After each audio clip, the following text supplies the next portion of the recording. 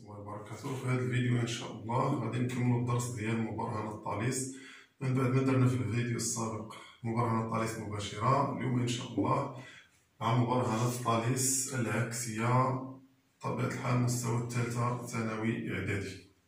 لا تنساو تشتركوا في القناه، الضغط على ابوني والضغط على الجرس باش يوصلكم كل جديد. دي واحد و دي اثنان مستقيمين متقاطعين في نقطة A.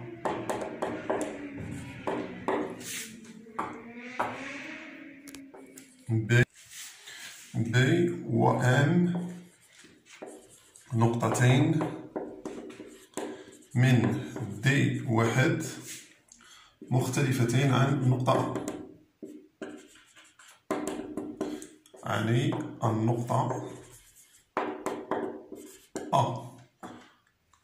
C و N نقطتين من D اثنان كذلك مختلفتين، يعني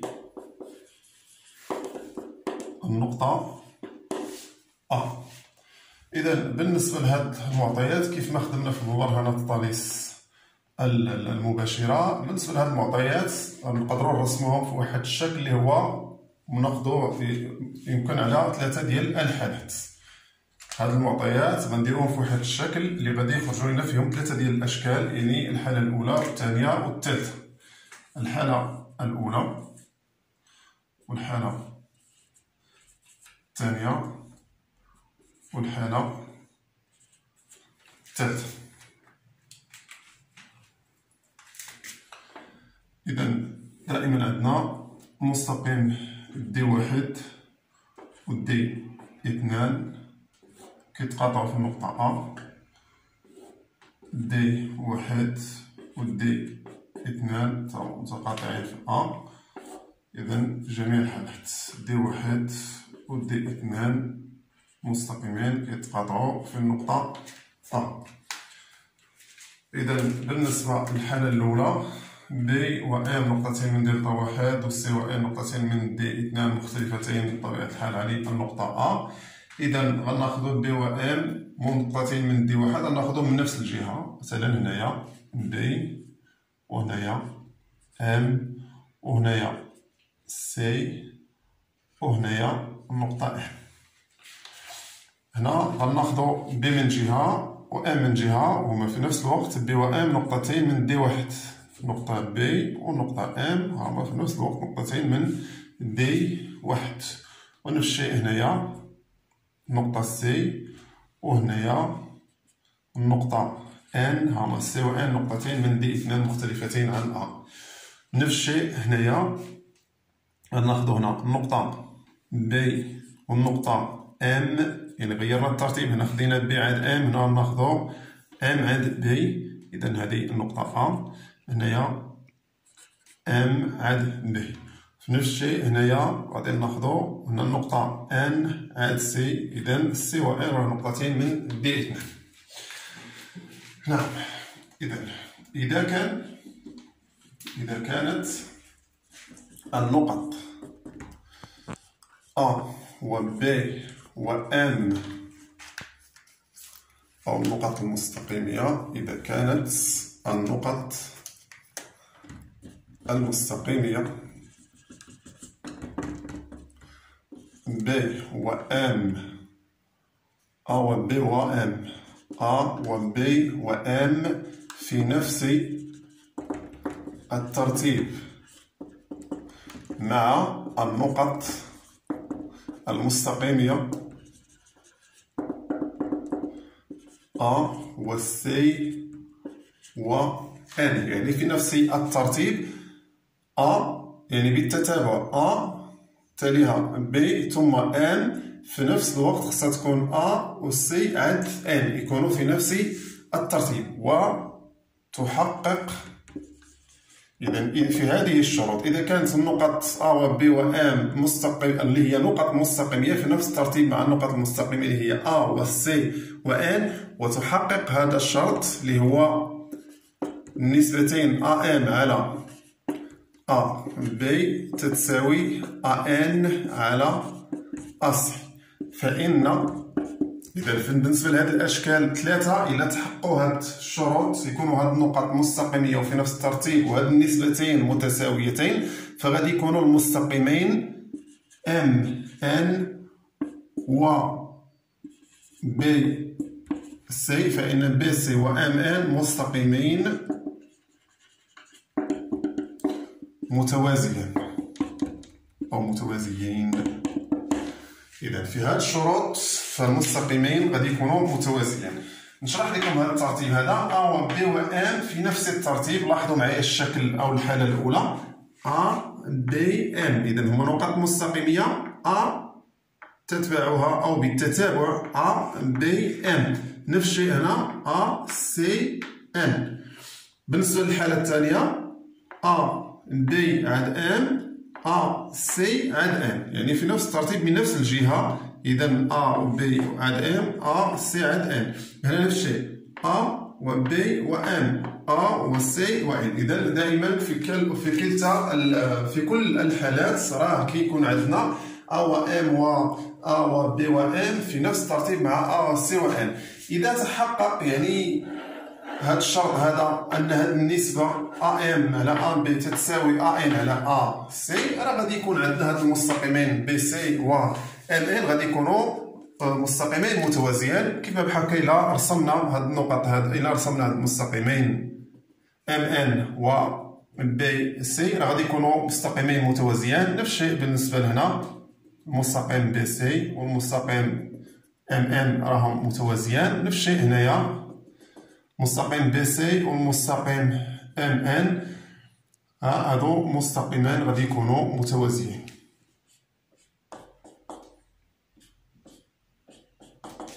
إذا في كلتا الحالات. إذا دابا نديرو هاد الشيء اللي قلنا في خاصية.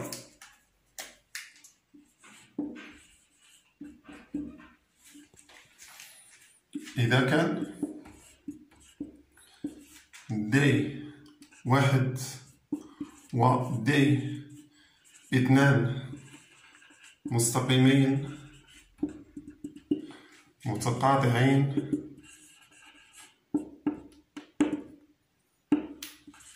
في نقطة A و في نقطة A و B و M نقطتين من المستقيم D1 مختلفتين عن النقطة A و C و N نقطتين من المستقيم D2 مختلفتين كذلك عن A، بحيث A و B و M في نفس الترتيب مع A و C و N، بحيث A و B و M نقط مستقيمية في نفس الترتيب مع النقط المستقيمية A و C و N. إذا المستقيمين متقاطعين في نقطة A، وكل مستقيم منه جوج نقاط اللي هما B و M، والمستقيم D2 منه جوج نقاط اللي هما C و N، بحيث أن A و B و M في نفس الترتيب مع A و C و N. والشرط الآخر أن AM على AB تتساوي AN على AC، فإن المستقيمين اللي هما BC و MN غادي يكونوا مستقيمين متوازيين. إذا هذه هي الخاصية ديال مبرهنة طاليس العكسية.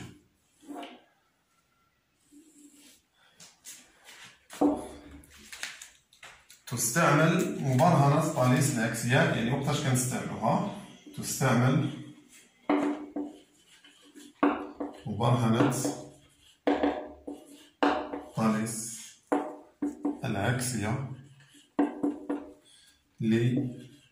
للبرهنة على التوازي، يعني كنستعملوها باش نبرهنو على مستقيمين متوازيين.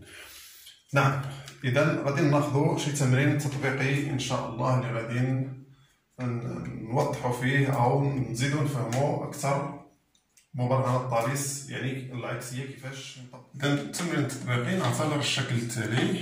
إذا عندنا واحد المثلث ABC أو مثلث MN AMN، حيث أن M نقطة من المستقيم AB، M نقطة من المستقيم AB، والمسافة AB تتساوي 2.4، والمسافة AM تتساوي 7.2، و N نقطة من المستقيم AC، N نقطة من المستقيم AC بحيث أن AC تتساوي 3 و AN تساوي 9. السؤال بين أن المستقيمين BC و MN متوازيان.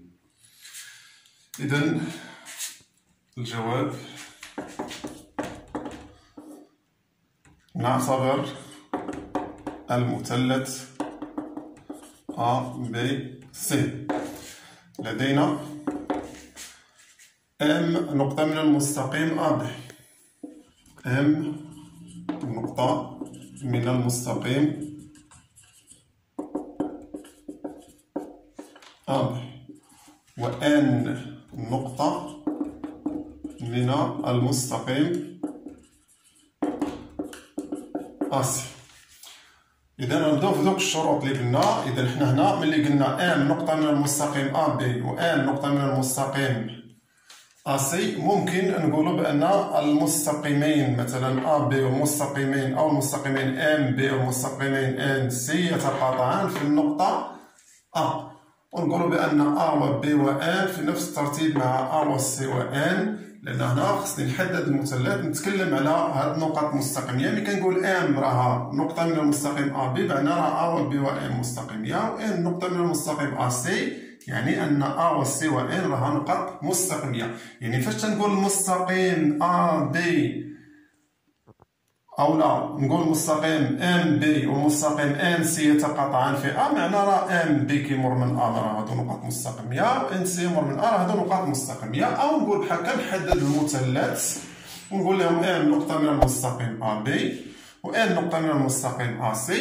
الشرطين اللي خصني نتكلم عليهم في مبرهنة طاليس العكسية هو أن خص يكون عندي هاد النقاط في نفس الترتيب، A و B و N و A و C و N خصهم يكونوا في نفس الترتيب، وتكون عندي يتحقق لي شرط أن هاد النسبة AB على AM أو AM على AB خصها تساوي لي AN على AC. بحال بديت ب AB على AM حنا غنقول AC على AM، ولا قلت AM على AB حتى هنا غنقول AN على AC. نعتبر المثلث لدينا النقطة M من المستقيم AB و N نقطة من المستقيم AC بحيث A و B و M نقط مستقيمية. نقدر ما نقولش مستقيمية ما نتكلمش عليها لأن راه قلت نقطة M راها من مستقيم AB في نفس الترتيب، في نفس الترتيب مع النقط اللي هي A و C. إلا مشي بنفس الترتيب قلت A ثم B ثم M وغنقول A و C و M، A و C و M. إذا شرط بالنسبة للنسبة إلا تحققت راه هاد المستقيمين متوازيين، ما تحققش غير متوازيين، لكن ملي تيقول لي يبين أنهم مستقيمين متوازيين خصني نلقى بهنا هذيك النسبة راها متحققة، يعني AB على AM راه كتساوي AC على AM. ولدينا أ بي. إذا خصني نحسبها باش نعرفها واش متساويين ولا لا. أ بي على أ إم تتساوي أ بي راه عندي في المعطيات هي 2.4 و أ إم عندي هي 7.2 هي 24 على 72 تتساوي 1 على 3. إذا أ بي على أ إم تتساوي 1 على 3. ولدينا ندوزو للنسبة الأخرى اللي هي أ سي على أ إن تتساوي أ سي عندنا هي 3 و أ إن عندنا هي 9. إلا اختزلنا غادي نلقاو هي 1 على 3. إذا أ بي على أ إم تتساوي أ سي على أ إن. إذا دابا تحققوا كاع الشروط ديال مبرهنات طاليس العكسية.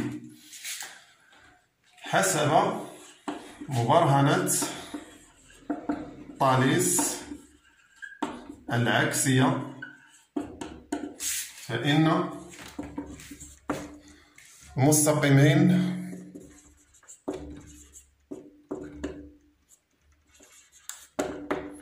B C و M N مستقيمين متوازيين.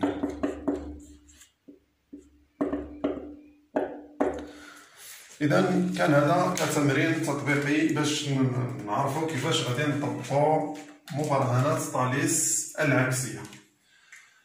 ما تنساوش الاشتراك في القناة بالضغط على ابوني والضغط على الجرس باش يوصلكم كل جديد. واللي ما فهمش شي حاجة نزيد نوضحها ليه خلي لي في الكومنتير ونزيد نشرحها ليه ان شاء الله. والسلام عليكم ورحمة الله وبركاته.